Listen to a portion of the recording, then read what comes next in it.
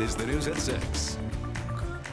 We begin with continuing coverage after a woman was dragged out of a legislative town hall in North Idaho over the weekend. She was originally cited for battery for allegedly biting a security officer, but as of this afternoon, those charges were dropped by the Coeur d'Alene Police Department.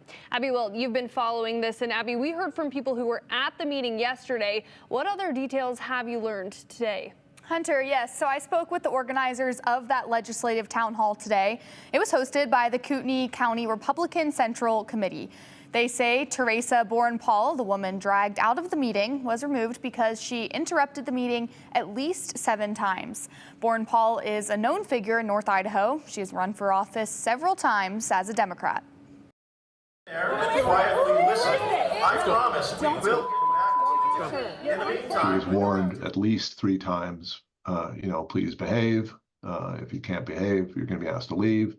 Ms. Boren-Paul interrupted or shouted out or at least 7 times that we counted on video.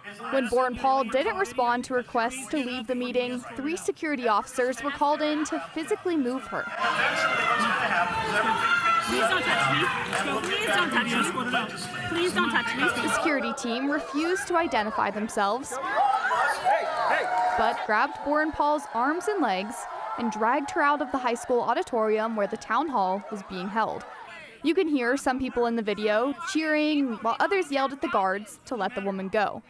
Kootenai County Republican Central Committee's chairman Brent Regan now says Boren-Paul needed to be removed because she wasn't following KCRCC's rules. I opted at the beginning of the meeting to advise the assembly that we were going to be observing the rules of decorum, that there wouldn't be any shouting out or disrupting or general mayhem, and that anybody who did that would be asked to leave. Regan says it was a private event. It was a private organization, but open to the public under certain conditions. We invite the public. You can come on down, but if you don't behave, you'll be asked to leave.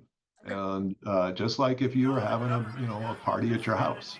Regan says KCRCC was already under heightened security Saturday. The day started out with a bomb threat against Jordan Redmond, which was one of the legislators who was going to be at the town hall. They called in Lear Asset Management, listed as a private security agency, to help. They're professional security, but they volunteered to assist us at that meeting. So we did not pay them to be there. Coeur d'Alene PD says it revoked Lear's business license Monday because the company did not follow code for security agents because employees failed to identify themselves or wear badges or marked uniforms as legally required.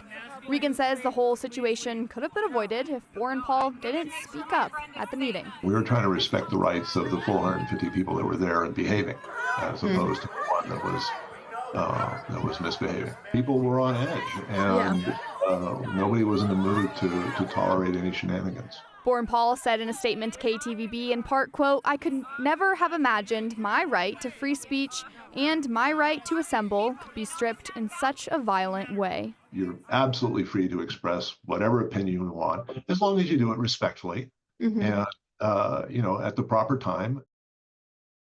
And there is a GoFundMe for Boren-Paul. As of tonight, it has raised over $160,000. And we, of course, have all detailed coverage as well as statements from the Idaho Democratic Party and Kootenai County Sheriff's Office on our website at ktvb.com. Yeah, situation being seen nationwide. People are talking about it nationwide. Thanks for getting to the bottom of it, Abby.